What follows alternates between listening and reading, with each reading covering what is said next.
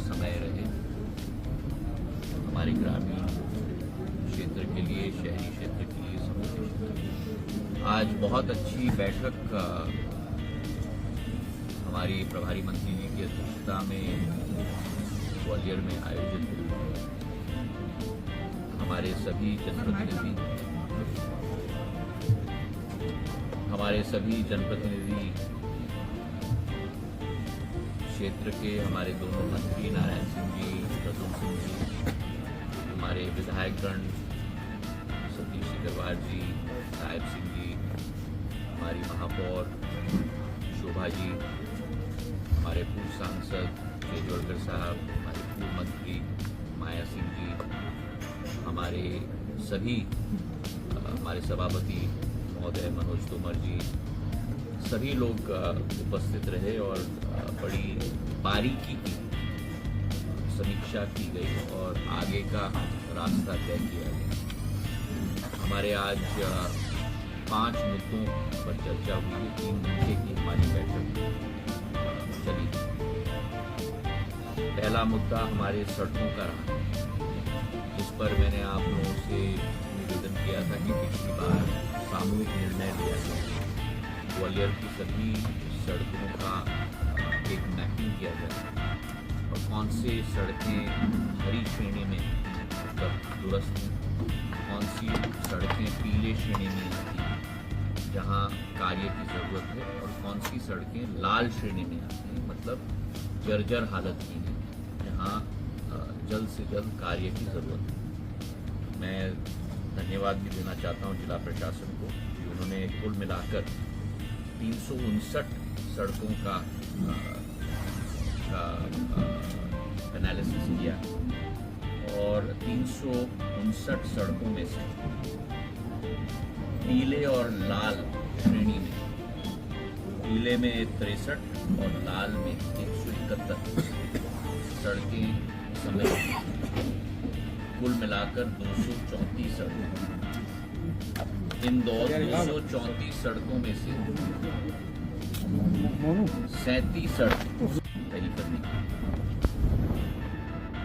37 सड़कों के अतिरिक्त 89 सड़कें, 79 सड़कें के लिए निर्माण राशि भी मिल चुकी है। इन दोनों को मिलाकर 126 बनती हैं, तो बचती हैं 108। 234 में से 126 निकालोगे आप तो 108 बढ़ती है से कठिनाई पे। तो इन 37 में से हमने 3 भागों में बांटा है। 31 नगर निगम के अधीन आता है।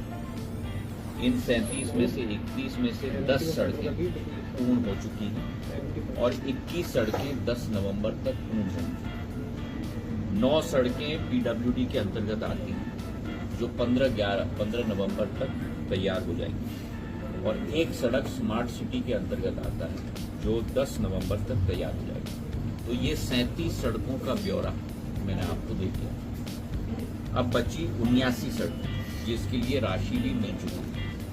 इन 79 सड़कों में से 29 सड़कों की वर्क ऑर्डर इशू हो चुकी है। 31/12 तक 28 फरवरी तक 100% तैयार हो जाएगी और 12 सड़कें जो पीडब्ल्यूडी की हैं वो भी 28 फरवरी तक तैयार हो जाएगी। ये 79 सड़कों का ब्यौरा है, तो कुल मिलाकर 126 सड़कों का ब्यौरा मैंने आपको दे दिया। बची, जैसे मैंने कहा, 104 सड़कें। इन 104 सड़कों के लिए 165 करोड़ की राशि की जरूरत होगी और मैंने प्रभारी मंत्री जी से निवेदन किया है, मैं भी, नारायण सिंह जी भी और प्रद्युम्न सिंह जी भी, हम सब लोग प्रदेश शासन से ये राशि लाने के लिए कोशिश करेंगे। तो ये सड़कों की समीक्षा ग्वालियर शहर की गई। दूसरा मुद्दा उठा है हमारे सुएज, और सुएज में बड़ी लंबी चर्चा हुई है। वर्तमान में कठिनाई ये है कि अमृत योजना के अंतर्गत कुछ सुएज लाइन बनी है, नगर निगम के द्वारा कुछ और सुएज लाइन बनी है। नगर निगम का मेंटेनेंस एक व्यक्ति के पास है अमृत योजना की पाइपलाइन की मेंटेनेंस दूसरे व्यक्ति के पास, तो जवाबदेही में भी फुटबॉल खिलाड़ी करता है।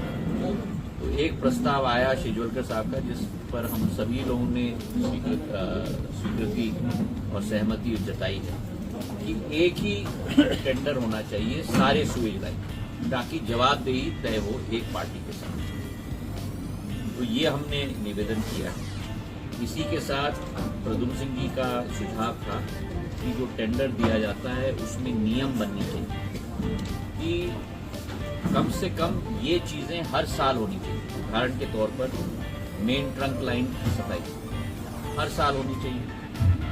हर साल होते ही नगर निगम के इंजीनियर का सर्टिफिकेशन होना चाहिए। ये नहीं कि वो जिसको टेंडर मिला है मेंटेनेंस का, वो आके कह के मैंने कर दिया। सर्टिफिकेशन कलेक्टर का होना चाहिए, नगर निगम कमिश्नर का होना चाहिए कि ठीक है आपने ठीक से सफाई की। और इसी के साथ साथ हम लोगों का जो डिस्ट्रीब्यूशन लाइन है उसकी भी सफाई हर साल होनी चाहिए और उसकी सर्टिफिकेशन होनी चाहिए। हमारा सीवेज ट्रीटमेंट प्लांट का भी क्या पोजीशन है, हर साल उसका ब्यौरा लिया जाना चाहिए। तो उदाहरण के तौर पर ये कहने का तात्पर्य कि टेंडर के रूल्स में कुछ चीज स्पेसिफाई की जानी चाहिए। ये दूसरा पॉइंट रहा।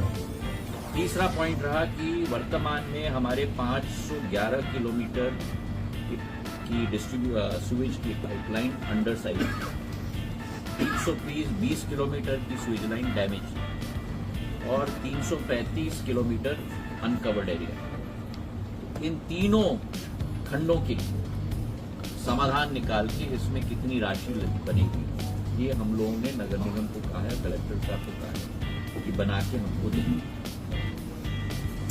तीव्र गति से चौथे नंबर पर हम लोगों को 47 मशीन की जरूरत है सुपर सकर्स की तरफ, और 24 करोड़ रुपए की राशि की जरूरत है। इसका भी प्रस्ताव बनाकर प्रभारी मंत्री जी को देंगे, ये हमने निवेदन किया। पांचवा नंबर 172 जगह पर ड्रेनेज और सुएज की लाइन का मिलाप हो गया। इससे बहुत बड़ी कठिनाई ग्वालियर की जनता को हो रही है।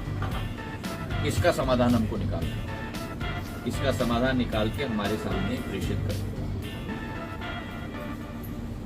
छठवां नंबर कि नालों का एक कॉम्प्रिहेंसिव प्लान बनना चाहिए, क्योंकि पुराने ग्वालियर में स्टेट समय से बहुत चौड़े नाले होते ड्रेनेज में।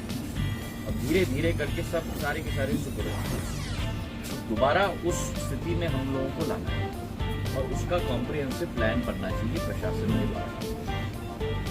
और आखिरी पॉइंट कि भविष्य के लिए इन्होंने कहा है कि 1 से 67 वार्ड में 60 वार्ड में 810 करोड़ की राशि की जरूरत है और 61 से 66 वार्ड में 600 करोड़ रुपए की जरूरत है। और हम सब ने एक स्वर में कहा है कि जो वर्तमान की सुविधा सिस्टम है उसे आप 100% ठीक करो पहले, और ज्यादा इसका विकेंद्रीकरण और इसका आगे बढ़ाने की सोचने के पहले, नहीं तो वो भी वैसी स्थिति हो जाएगी और ये तो वैसी स्थिति है ही।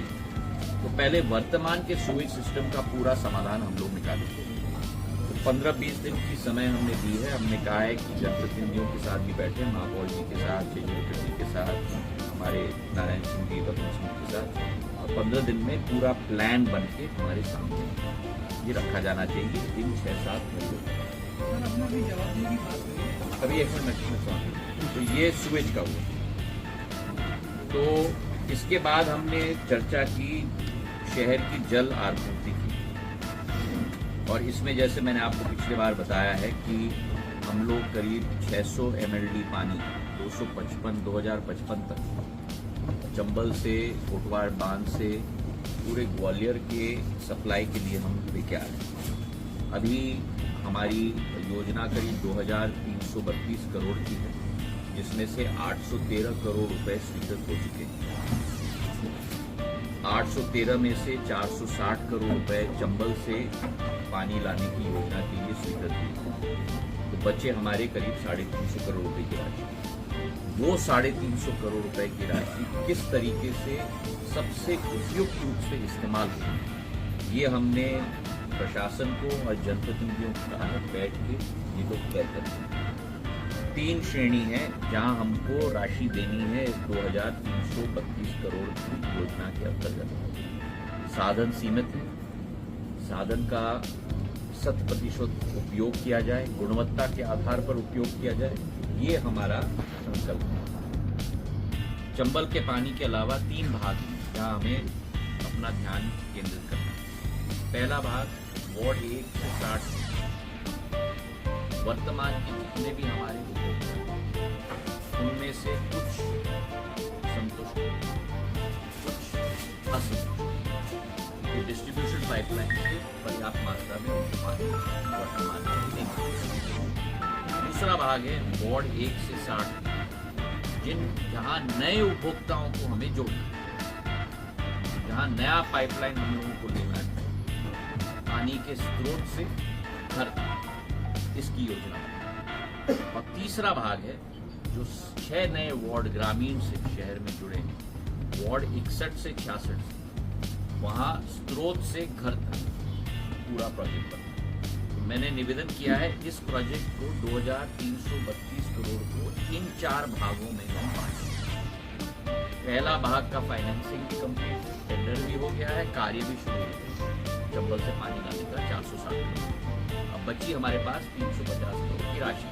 वो भाग 2, 3 और 4 में कैसे बांटा जाए, ये जनप्रतिनिधि और प्रशासन साथ में मिलकर तय करके अगले मीटिंग में करें। ये पानी की चर्चा हुई। चौथी बात एलिवेटेड रोड, दोनों भाग 1 और भाग 2 की समीक्षा हमारी हो गई है। हम लोग ने प्रशासन के द्वारा पूरा पर्ट चार्ट भी बनाया कंप्लीशन के लिए। 2026 के मध्य तक एलिवेटेड रोड पार्ट 1 हो जाएगा और 2027 के अंत तक एलिवेटेड रोड पार्ट 2 हो जाएगा। हर महीने का पर्ट चार्ट बना है और उदाहरण के तौर पे मैं आपको बता दूं, इसके 5 भाग होते हैं।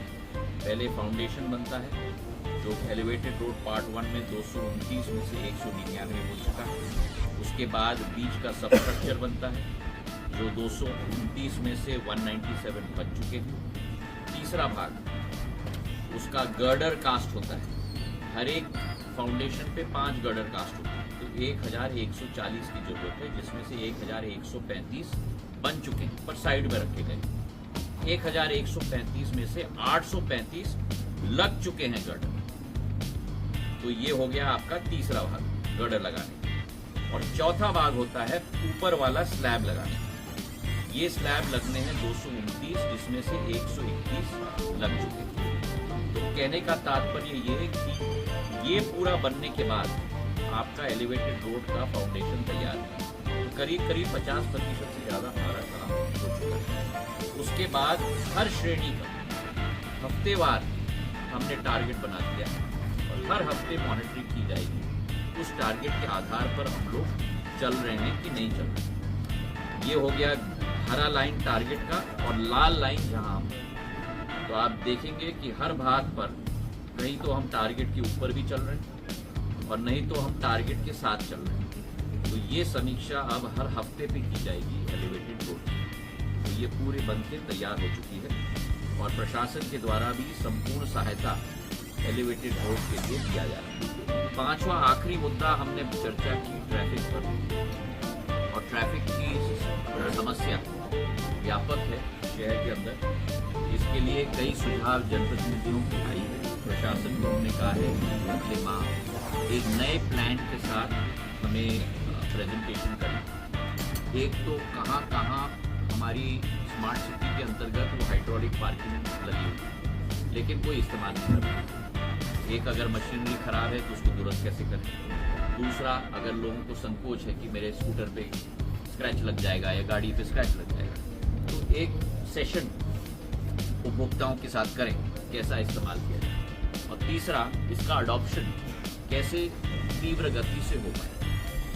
इसी के साथ हमने कहा है प्रशासन को कि पूरा मैपिंग शहर का ट्रैफिक लोड का हर सड़क पे कितनी गाड़ियां चलती, और फिर एक संपूर्ण नवनीतिकरण के आधार पर ट्रैफिक फ्लो, क्या कहीं जगह वन वे करना चाहिए, कई जगह रीरूटिंग करना चाहिए, वो प्रेजेंटेशन प्रशासन जनप्रतिनिधियों के सामने करता है। तीसरा, जो हमारे बहुत संकीर्ण और बहुत कंजेस्टेड इलाके हैं, वहाँ व्यापारियों के साथ, उपभोक्ताओं के साथ बैठ उन क्षेत्रों के लिए हम लोग नियम तय करें, ताकि सबको विश्वास में लेकर वो नियम तय करें और फिर वो नियम का पालन करें। और चौथा, हमारे शहर में बहुत सारे कैमरा हैं, पर कैमराज हमारे कुछ चल नहीं रहे हैं, तो उन कैमराज को भी पूर्ण रूप से रिपेयर करके उनको तैयार करें। तो इन 5 मुद्दों पर बहुत विस्तृत 3 घंटे की हमारी बैठक हुई है, और अब जब ये प्रशासन और हमारे जनप्रतिनिधि तैयार होंगे,